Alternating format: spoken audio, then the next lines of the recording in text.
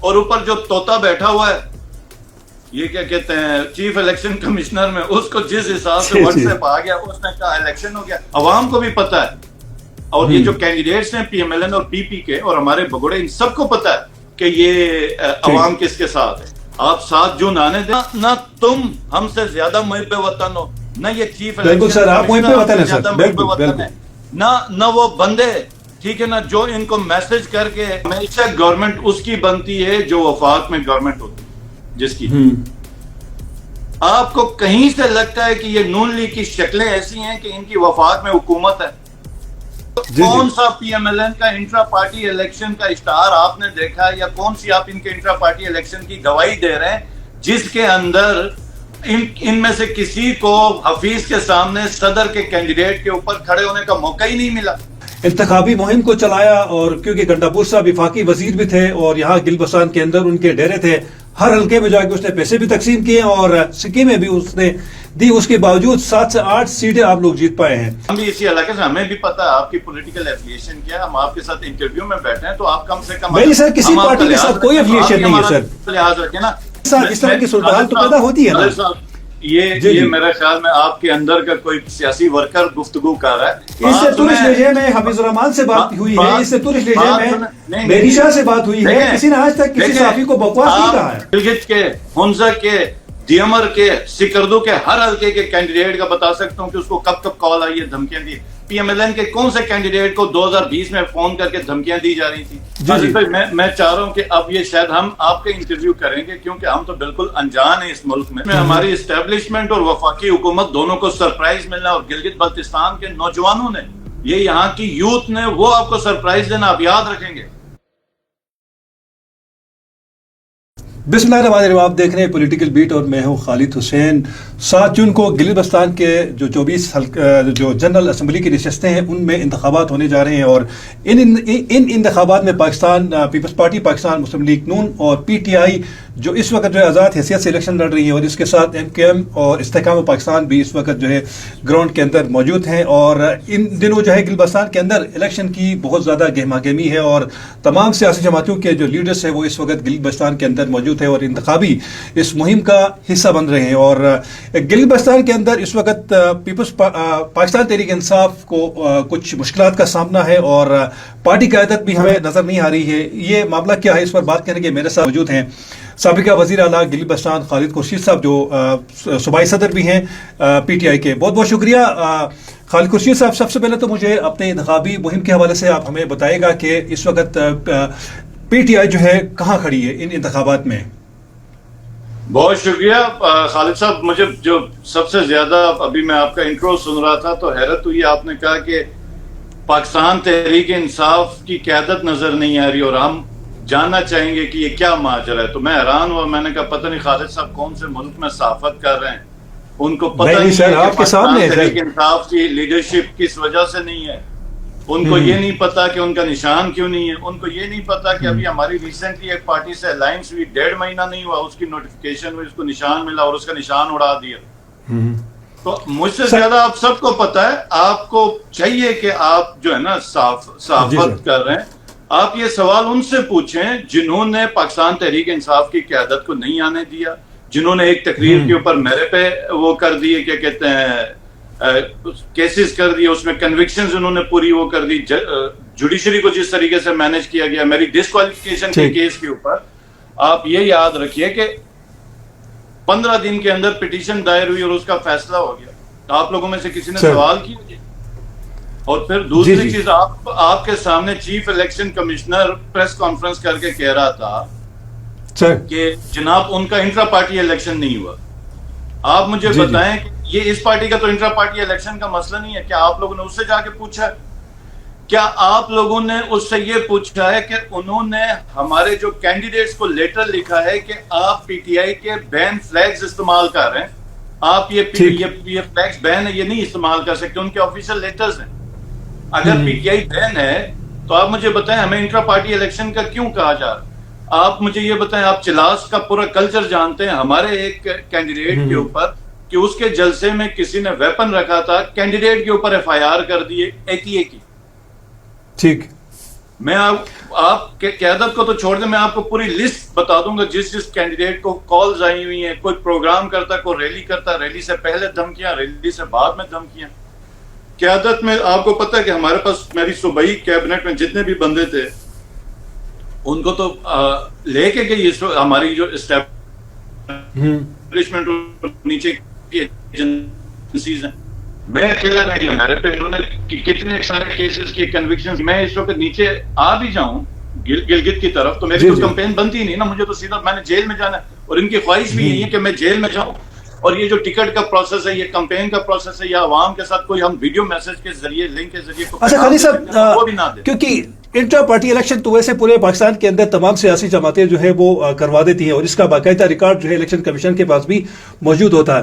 میں نے خود بذات خود میں نے بات کی تھی الیکشن کمشنر سے، تو انہوں نے کہا کہ انٹرا پارٹی الیکشن کے حوالے سے انہوں نے یہ بتایا. میں تو آپ کے سامنے میں کسی پارٹی کے حوالے سے میں کسی بھی پارٹی کی میری فیور نہیں ہے. آج گراؤنڈ کے اندر جو ریالٹیز ہے وہ اس میں ہم بات کر رہے ہیں سر. میں جی خالد بھائی میں چاہ رہا ہوں کہ اب یہ شاید ہم آپ کا انٹرویو کریں گے، کیونکہ ہم تو بالکل انجان ہیں اس ملک میں. نہیں سر، ہمیں تو کچھ سمجھ نہیں آ رہی، ہم تو ابھی نئے آئے ہیں. مجھے نہیں سر، آپ 5 سال آپ جو ہے سسٹم کے اندر رہے ہیں سر. ہم آپ سے سوال کرتے ہیں. نہیں، اسی بات پہ یہ انٹرویو ختم کرتے ہیں. آپ نے کہا کہ تمام political parties intra party elections کروا رہی ہیں، ٹھیک ہو گیا، آن پیپرز کروائی. آپ مجھے بتائیں، آپ یہ پی ایم ایل این کے جو صدر ہیں قاری حفیظ صاحب کو جانتے ہیں؟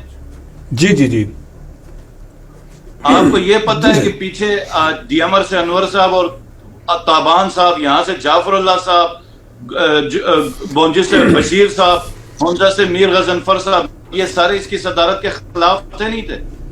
ٹھیک ہو گیا. جی تھے، بالکل تھے. نہیں، مجھے بتائیں، آپ صحافی، آپ بتائیں، آپ کی معلومات میں یہ اختلاف تھا نہیں تھا ان کی پارٹی کے اندر؟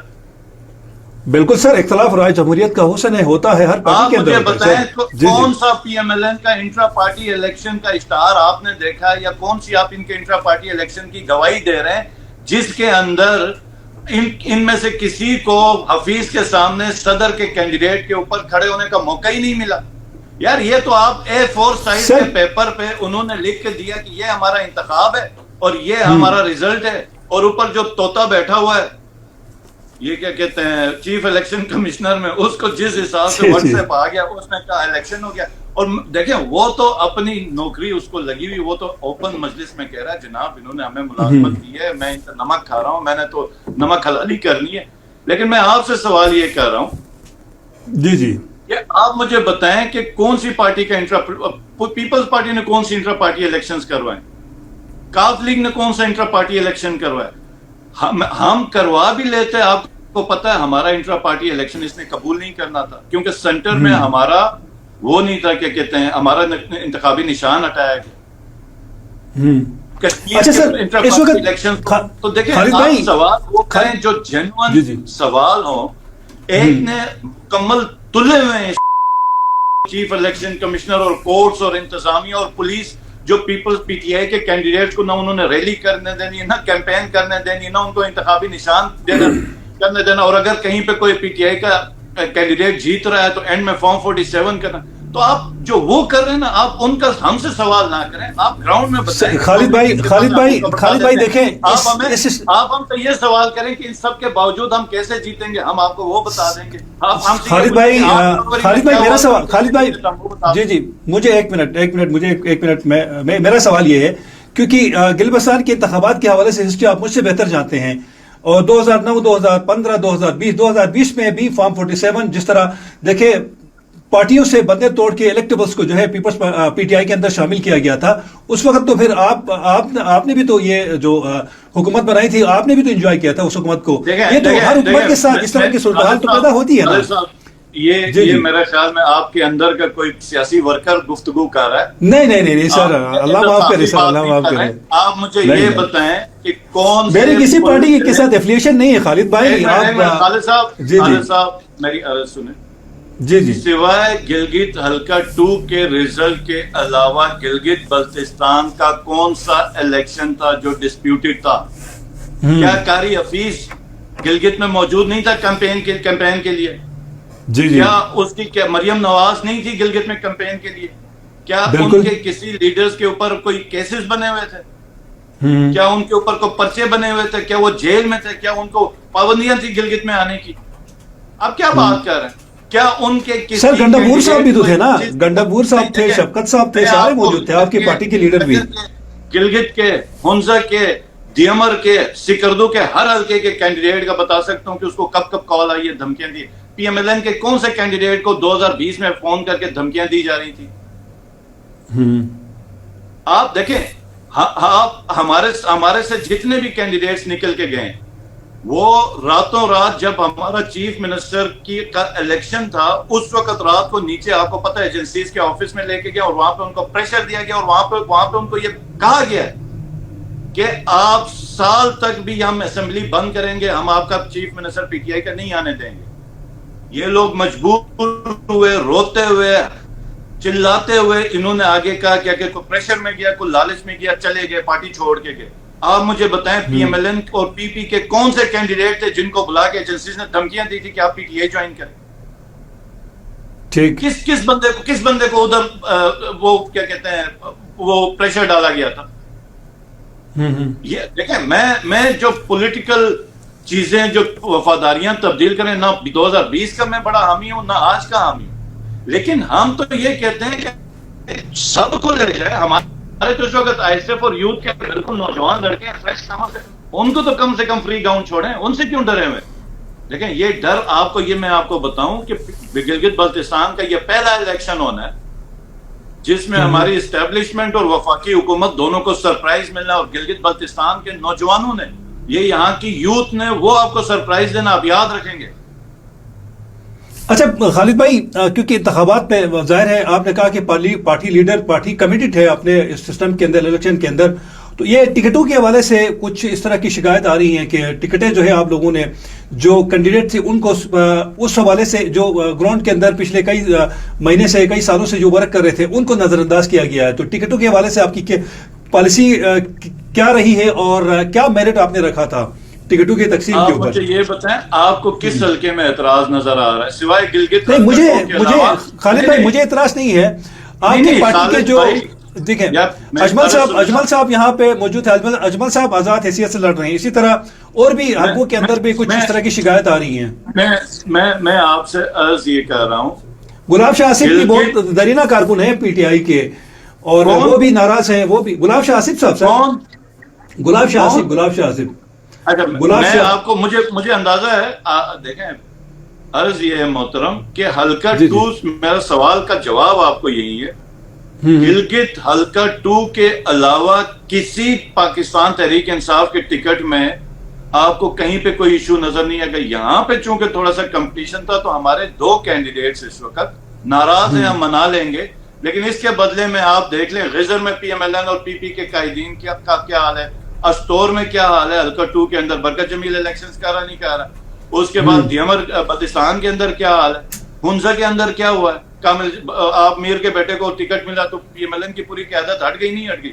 آپ نے ادھر کرنل امتیاز کو لیا تو بالکل دیکھیں یہ سیاسی ایک ورکرز کے ساتھ یہ روٹین کا کام ہے کہ اگر 5-6 جگہوں پہ ورکرز سمجھتے ہیں کہ ان کا حق ہے ٹکٹ کا، پارٹی کسی ایک کو ٹکٹ دے گی تو اس میں وقتی طور پہ ناراضگی ہوتی ہے اور ہر پارٹی اپنے ورکر کو مناتی ہے. ہم منائیں گے اور اس میں انشاءاللہ تعالی مجھے امید ہے کہ ہمیں کامیابی ہوگی. لیکن پاکستان تحریک انصاف کے پورے ٹکٹ کنسنسس کے ساتھ اور لوکل لیڈر جو ہماری جو ادھر کی جو ڈسٹرکٹ کی اور ریجنل کابینہ اس کے ساتھ کنسلٹیشن کے ساتھ ٹکٹس دیے گئے. اور جو حلقہ 2 پہ جہاں پر آپ سوال اٹھانے کی وہ کر رہے ہیں، وہاں پر دیکھیں یہ پاکستان تحریک انصاف ہے نا، یہ ہمیشہ نوجوانوں کی ایک پارٹی رہی ہے اور جس کینڈیڈیٹ کو ادھر ٹکٹ ملا ہے وہ عتیق پیرزادہ گلگت بلتستان کے یوتھ کا پریزیڈنٹ ہے.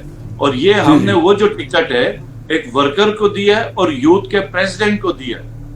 اور تیسری چیز یہ ہے، آپ کو پتہ ہے کہ جتنے بھی اپلیکینٹس ہیں ان میں ایک آدھ کے علاوہ سب سے پرانا یہ پی ٹی آئی کا ورکر ہے اور ہمیشہ پارٹی کے ساتھ کھڑا ہے. تو پی ٹی آئی نے تو ہمارے پاس، ہم نے جو میرٹ رکھا ہے وہ یہ ہے کہ پی ٹی آئی کے ساتھ ایفیلیشن، مشکل ٹائم پہ جو کھڑے ہوئے، جنہوں نے 2 نمبریاں نہیں کی اور جن کی حلقے میں پریزنس ہے، کچھ جیت سکتے ہیں, کچھ مقابلہ کر سکتے ہیں, یہ ساری چیزیں دیکھ کے ہم لوگوں نے ٹکٹ کیا, اور پورا ایک پارلیمنٹری بورڈ ہے, آپس میں ہم نے مشورے کے ساتھ سارا فیصلہ کیا. ٹھیک. اچھا, پارٹی آپ کا, کیونکہ ظاہر ہے آپ کے اچھی خاصی تعداد ہے گل بلتستان کے اندر ووٹرز کی, لیکن وہ ووٹر منتشر ہے, اس ووٹر کو آپ نے کس طرح کلیکٹ کرنا ہے, اور آپ کہہ رہے ہیں کہ ہم سرپرائز دیں گے, تو یہ سرپرائز کس قسم کی ہوگی؟ کیا آپ لوگوں کو شیورٹی ہے کہ اس صورتحال کے اندر آپ کوئی 1 2 یا سیٹیں, جو میں سمجھتا ہوں کہ اگر آپ کے اندر کوئی اس طرح کا کوئی فگرز میں ہے کہ آپ 10-12 سیٹیں جیت سکتے ہیں, مجھے تھوڑا سا یہ بتائیں, کلیئر کریں کہ آپ کس حد تک مطمئن ہیں ان انتخابات میں؟ دیکھیں, اس کے مطمئن ہونے کا آپ کو 7 جون کو انتظار کرنا پڑے گا. آپ نے 8 فروری کا تو ایک نقشہ پہلے ہی دیکھ لیا پاکستان میں, جہاں پر اس وقت سے پہلے جرنلسٹ آپ ہی کی طرح سوال اٹھا رہے تھے کہ بھائی آپ کو کس طرح یقین ہے کہ آپ جیت جائیں گے, تو جواب عوام نے دیا. یہاں پہ بھی پاکستان تحریک انصاف نے کینڈیڈیٹس کھڑے کیے, اور گلگت بلتستان کی جو عوام ہے نا, وہ بھیڑ بکریاں نہیں ہیں, ان کو پتا ہے صحیح اور غلط کا, ان کو ایکچوئل پتا ہے, وہ اور پوری عوام کو بھی پتا ہے, اور یہ جو کینڈیڈیٹس ہیں پی ایم ایل این اور پی پی کے اور ہمارے بگوڑے, ان سب کو پتا ہے کہ یہ عوام کس کے ساتھ ہے.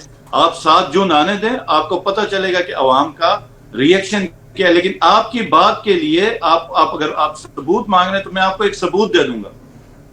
جی اگر آپ لینا چاہتے, دیکھیں آج تک گلگت بلتستان میں جو الیکشنز میں وفاق کے الیکشنز کے 1.5-2 سال بعد ہوتے ہیں, یہی ہوئے نا. جی. اور ہمیشہ گورنمنٹ اس کی بنتی ہے جو وفاق میں گورنمنٹ ہوتی ہے, جس کی آپ کو کہیں سے لگتا ہے کہ یہ نون لیگ کی شکلیں ایسی ہیں کہ ان کی وفاق میں حکومت ہے, یا آپ کو یہ پیپلز پارٹی والوں کی شکلیں ایسی لگ رہی ہیں کہ ان کی حکومت ادھر آگے بن رہی ہے اور یہ 14-15 سیٹیں؟ آپ مجھے بتائیں کون سی پارٹی ہے اس وقت؟ ان کو خود نہیں پتا ان کے ساتھ کیا ہونے والا ہے. تو آپ کو اس سے بڑا ثبوت کیا چاہیے پاکستان تحریک انصاف کی؟ دیکھیں, آپ کو اس سے بڑا اور ثبوت کیا چاہیے کہ پہلی دفعہ وفاق میں تو اس وقت ہم نہیں ہے نا, ہمارے لیڈر تو جیل میں, ہماری قیادت تو ساری یا تو مفرور ہے یا باہر ہے یا سزا کھا کے بیٹھی ہوئی ہے. ٹھیک ہے, جو بالکل نیو کمرز ہیں جن سے وہ سمجھتے ہیں خطرہ نہیں ہے, تو ان میں سے کچھ ہمارے جو 2nd اور 3rd ایئر کی جو لیڈرشپ ہے ان کو باہر پھرنے کی اجازت ہے. جس وقت وہ تھوڑا سا سیکھ گئے تو ان کو بھی یہ لوگ بھاگنے پہ مجبور کریں گے. تو پی ٹی آئی کو تو خالد بھائی ویسے 2020 کے انتخابات میں بھی لاماللہ وفاق میں آپ لوگوں کی حکومت تھی, اور آپ لوگوں نے بھرپور یہاں پہ جو انتخابی مہم کو چلایا, اور کیونکہ گنڈاپور صاحب وفاقی وزیر بھی تھے اور یہاں گل بلتستان کے اندر ان کے ڈیرے تھے, ہر حلقے میں جا کے اس نے پیسے بھی تقسیم کیے اور سکیمیں بھی اس نے دی. اس کے باوجود 7 سے 8 سیٹیں آپ لوگ جیت پائے ہیں. تو یہ صورتحال تو ہر پارٹی کے ساتھ ہے, ہر پارٹی کے ساتھ ہے. ورکرز جو ہے ایک منٹ خالد, دیکھیں یہ آپ نے انتہائی نامناسب بات کی ہے. آپ مجھے بتائیں آپ نے کب دیکھا گنڈاپور نے پیسے تقسیم کیے ہوئے؟ سر میں 22 سال مجھے ہو گئے ہیں سر میڈیا کے اندر. میں آپ کو پتا ہے کہ میں نیشنل انٹرنیشنل میڈیا کے ساتھ میں وابستہ رہا ہوں, آپ کو پتا ہے. خیر مجھے بالکل نہیں پتا, مجھے بالکل نہیں پتا, مجھے بالکل نہیں پتا, اور آپ نے انتہائی غلط بات کی. آپ مجھے بتائیں کب آپ نے دیکھا پیسے تقسیم کرتے ہوئے؟ سر جی آپ کہتے ہیں تو ہم بھی ثبوت آپ کے سامنے پیش کریں گے خالد بھائی. آپ پیش کریں نا, پیش کریں. دیکھیں میں آپ کو ایک چیز بتاؤں, علی امین گنڈاپور سیاسی خاندان سے تعلق رکھتا ہے اور سیاسی شخصیت ہے. یہ امیر مقام کی طرح یہ شخص جو ہے نا کوئی ٹھیکوں سے کے ذریعے نہیں آیا. نواز شریف کے جو کچن کے اور آگے گاڑیوں کے تیل کے پیسے کر گئے. علی امین ایک سیاسی آدمی, سیاسی ورکر ہے, اور نہ اس نے اس طرح کی حرکتیں کی جو امیر مقام کا ہے. امیر مقام میں نے آپ کو پہلے بتایا نا. دیکھیں ہم بھی اسی علاقے سے, ہمیں بھی پتا ہے آپ کی پولیٹیکل ایفیلیشن کیا ہے. ہم آپ کے ساتھ انٹرویو میں بیٹھے ہیں تو آپ کم سے کم نہیں سر کسی پارٹی کے ساتھ کوئی ایفیلیشن نہیں ہے سر. لحاظ رکھیں نا. آپ کو علی امین کا دور یاد آ رہا ہے. آپ اس وقت کس کا بتائیں نا, امیر مقام جو بیٹھا ہوا ہے. سر دیکھیں کل میں نے بھی میں شابی صاحب کے پروگرام میں بھی میں نے یہی آواز اٹھایا تھا. میں نے کہا کہ اس وقت نیشنل جو وفاقی جماعتیں ہیں وہ سب ادھر موجود ہیں. لامحلہ اس میں 2009 میں پیپلز پارٹی نے بھی فائدہ اٹھایا ہے, 2015 میں نون لیگ نے بھی فائدہ اٹھایا, 2020 میں پی ٹی آئی نے بھی فائدہ اٹھایا. میں اسی کو تسلسل کو آگے بڑھا رہا ہوں. اس ہمام میں تو سب ننگے ہیں نا خالد بھائی, اس سب نے فائدہ اٹھایا ہے اس سسٹم سے. میں یہی پوچھ رہا ہوں. آپ نے تو ان انتخابات میں دیکھیں یہ الیکشن کمیشن، یہ چیف الیکشن کمیشن کا کام ہے ان کو روکیں. نہیں، آپ نے کہا علی امین نے پیسے تقسیم کیے، میں نے اس کے اوپر بات کی. سر بالکل آپ سمجھتے، دیکھیں یہ آج کل آپ کو پتہ ہے نا سوشل میڈیا کا دور ہے اور اس میں کوئی چیز چھپتی نہیں ہے، کوئی چیز چھپتی بھی نہیں ہے. آپ اپنی ہر سال آپ کو جو ہے نا فیس بک اور یوٹیوب جو ہے آپ کو بتا رہا ہوتا ہے کہ یہ جو ہے پروگرام میں شیئر کروں یا نہ کروں. جی سر بتائیں.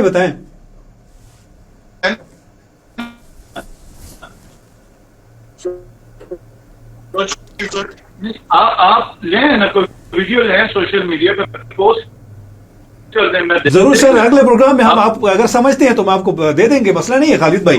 اچھا خالد بھائی، ابھی اسی پروگرام کے بیچ میں لیں. اب پروگرام جاری ہے خالد بھائی. میں آپ سے میری ریکویسٹ یہ ہے کہ آپ دے دیں، اور اگر آپ نہیں دے سکتے ہیں تو آپ اس کے اوپر معذرت کریں. اگر آپ نہیں دے سکتے ہیں. خالد بھائی ہم ثبوت پیش کر لیں گے، اگر نہ کر سکے تو معذرت بھی کر لیں گے، کوئی مسئلہ نہیں ہے. میں آپ سے سر میرا یہ سوال ہے کہ آپ کے اوپر جو آپ سمجھتے ہیں کہ میرے اوپر جو مقدمات لگائے گئے ہیں وہ کیا سیاسی وکٹمائزیشن ہے، کیا سمجھتے ہیں آپ؟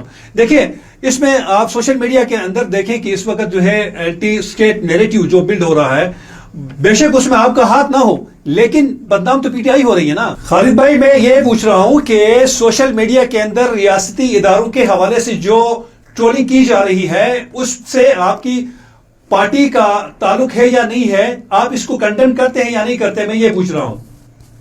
جملے کبھی ہمیں اینٹی پاکستانی آپ نیریٹو کے اوپر لا کے آ رہے ہیں، کبھی کچھ اور کر رہے ہیں. یہ آپ کا سوال بنیاد پہ ہی بکواس اور گھٹیا قسم کا سوال ہے. ٹھیک، آپ جیسے لوگ ہیں جو اس ملک میں سمجھتا ہوں کہ بنیادی خرابی کا ہے. میں آپ سے ایک سوال پوچھ لوں گا، آپ اس کا جواب دے سکیں گے؟ جی بتائیں سر، میں جواب دے دوں گا سر، کوئی مسئلہ نہیں ہے. یہ جو اگر آرمی چیف نے اگر مینڈیٹ چرایا پاکستان میں، جی تو کیا ہمیں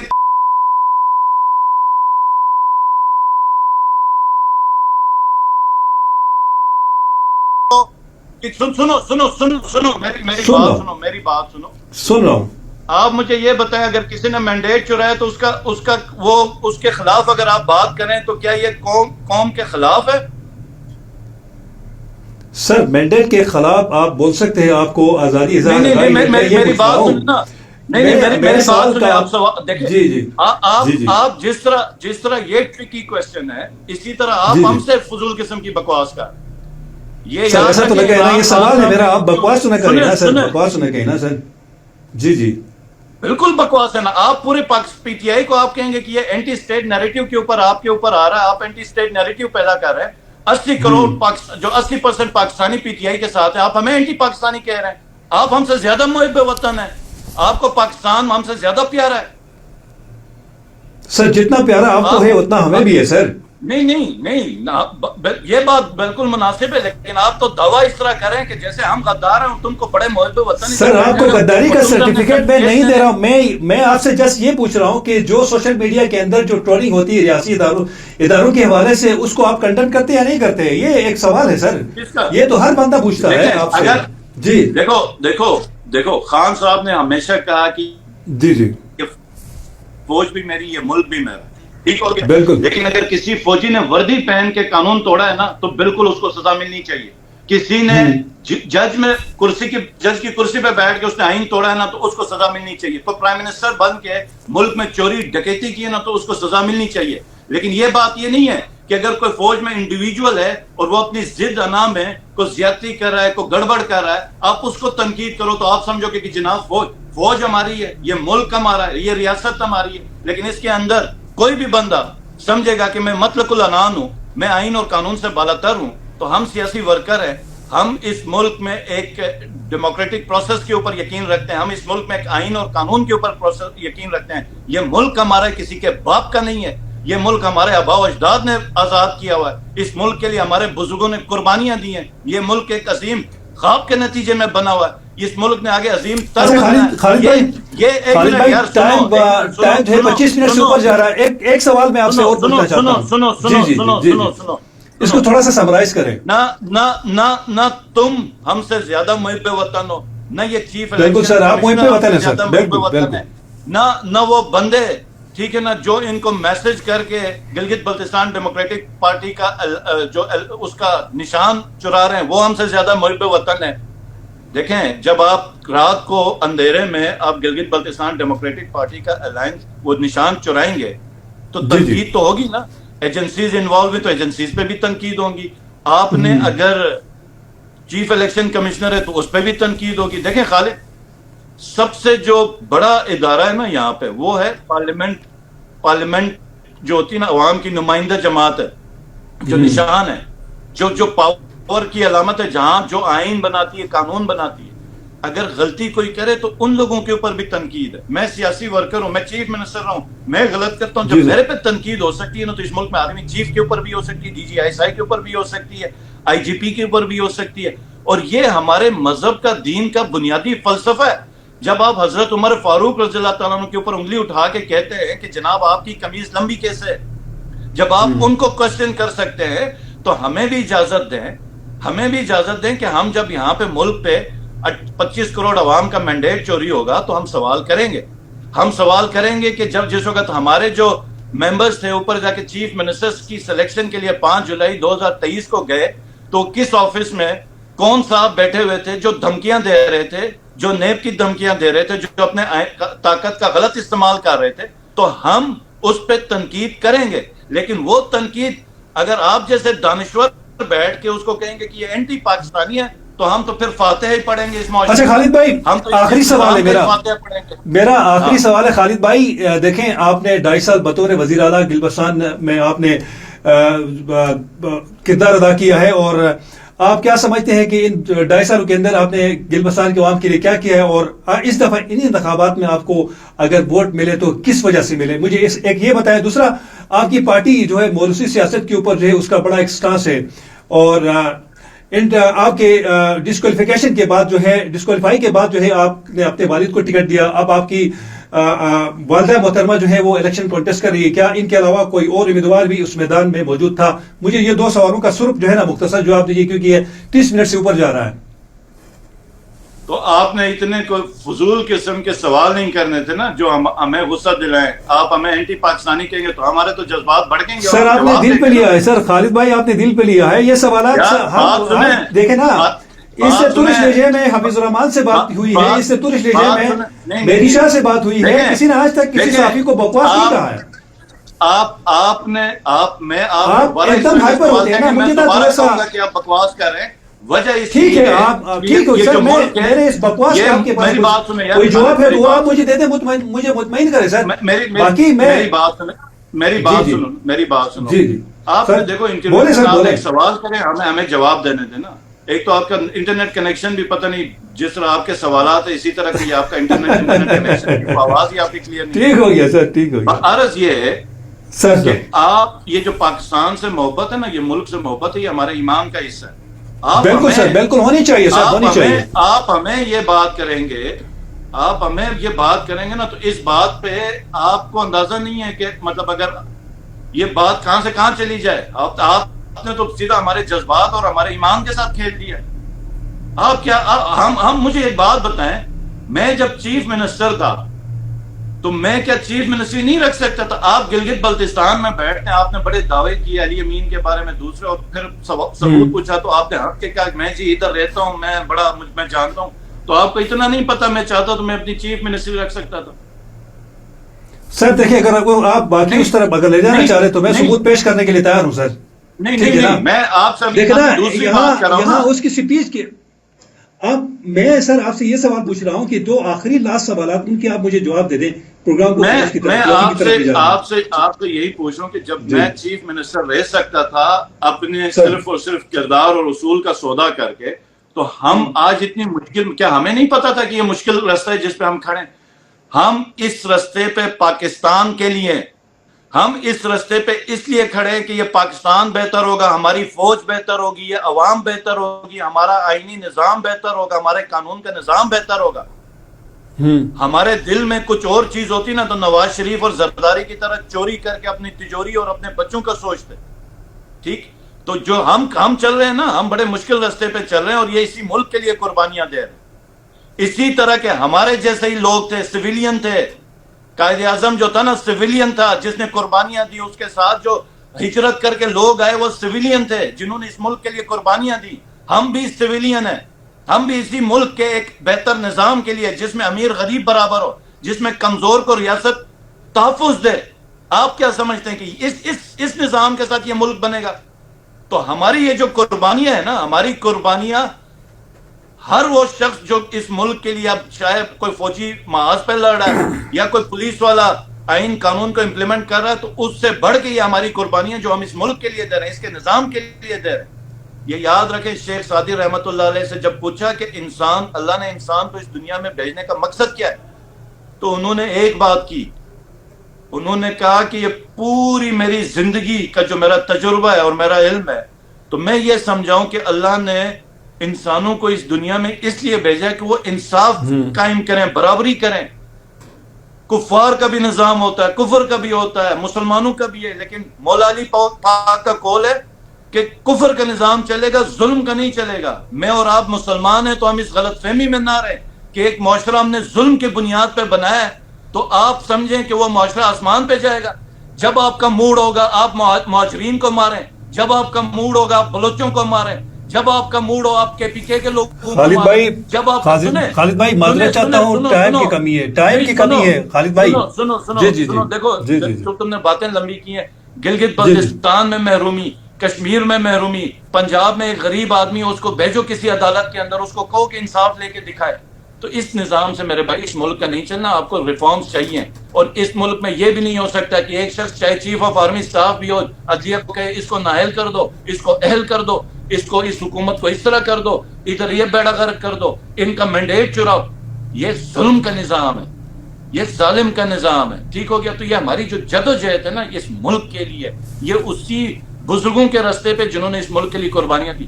رہی بات آپ کا جو سوال تھا کہ موروثی سیاست کے اوپر, جی آپ کا بہت اچھا سوال ہے. جب میری ڈسکوالیفیکیشن ہوئی تو میں نے ہمارے ساتھ جتنے 6, 7, 8 ورکرز تھے جو ہمارے قائدین ہیں اس حلقے کے, میں نے ان کو خود ریکویسٹ کی کہ آپ آئیں اور کاغذ بھریں اور الیکشن کی تیاری کریں. جس وقت پیپرز کی نامینیشن تھی مجھے شک ہوا کہ یہ پیچھے ہٹیں گے. میں نے گاؤں میں گھر میں بلا لیا, تو رات کو وہ آئے اور انہوں نے فارم جمع کرنے سے انکار کر دیا, بالکل ریفیوز کر دیا. پھر میں نے والد صاحب کو فون کیا, میرے والد صاحب بالکل نہیں مان رہے تھے. میں نے والدہ کو اور بہن بھائیوں کو ریکویسٹ کی, وہ نہیں مانے. تو آخر میں پھر میں نے فون کیا اور مجھے انہوں نے بڑا سخت ڈانٹا. انہوں نے یہ کہا کہ میری اس عمر میں تم مجھے کدھر مطلب لے جا کے تنگ کر رہے ہو, میں نہیں لڑ سکتا الیکشن. میں نے کہا کہ وہ ورکر پورے نہیں مان رہے, آپ کے علاوہ اس وقت ہمارے پاس کوئی آپشن نہیں ہے, اور میں بڑی مجبوری میں مانگ رہا ہوں, آپ الیکشن نہیں لڑیں, آپ گھر میں ہی بیٹھیں, ہم الیکشن لڑیں گے, صرف آپ اپنا کنسنٹ دیں اور اپنے فارمز بھجوائیں. تو لاسٹ ٹائم کے اوپر جب انہوں نے میری حالت دیکھی تو وہ پھر انہوں نے کنسنٹ دیا اور پی ٹی آئی نے اس طرح الیکشن لڑا. دوسری چیز, اس دفعہ بھی میں نے اپنے تمام جو جتنے بھی اس حلقے کے تھے جو ایسپرنٹ تھے ان کو خود کال کر کے کہا کہ آپ کاغذ جمع کریں, فارمز جمع کریں, لیکن ان سب نے اسٹریٹ ریفیوز. کچھ سے تو زبردستی فارمز بھی جمع کروائے. تو جو میرے والد اور والدہ جو ہیں انہوں نے انتہائی مجبوری پہ, جیسے آپ کہیں کہ مجھے انہوں نے تنہا نہیں چھوڑا, اور یہ بھی میرے پہ ان کا بڑا احسان.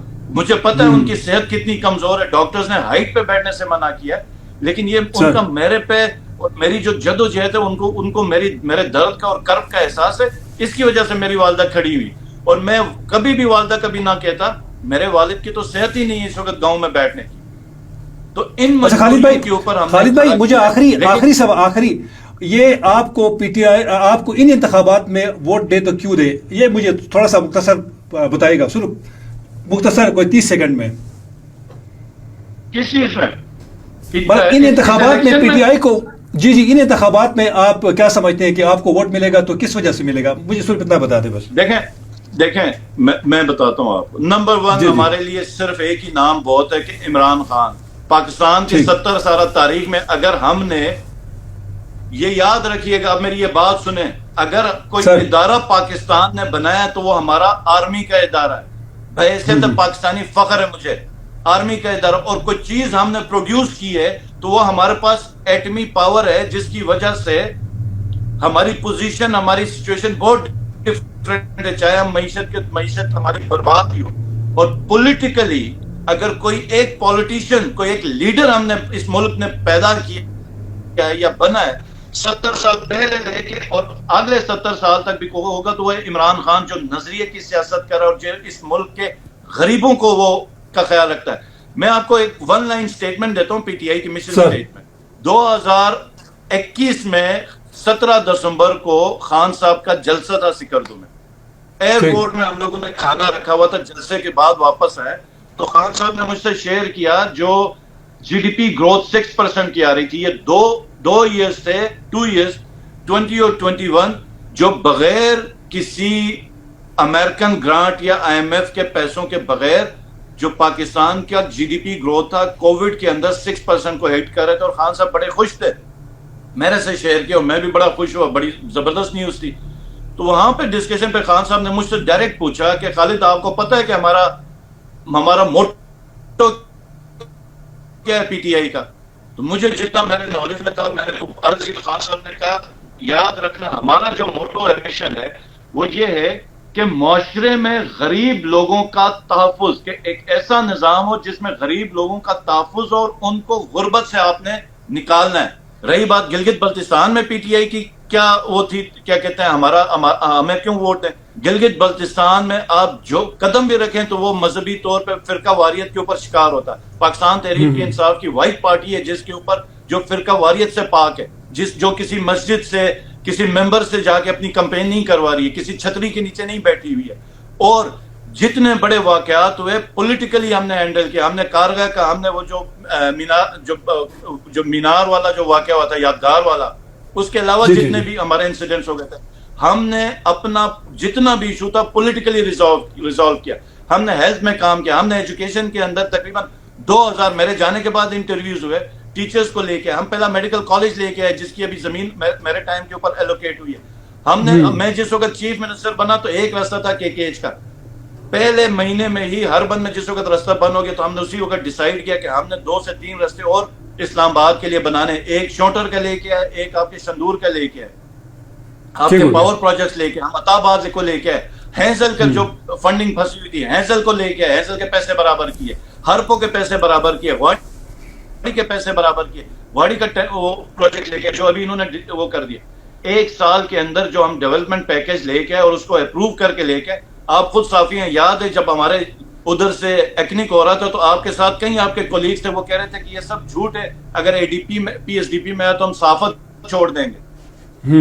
ایسے کئی لوگوں نے دعوے کیے, نہ انہوں نے صافت چھوڑی نہ اس کے اوپر مؤاخذت کی. یہ ہمارا 1 سال کا تھا, 1 سال کا. اور ہمارا تو ہمارے ٹائم کے اوپر تو ہمیں چائنا کا بھی موقع نہیں ملا.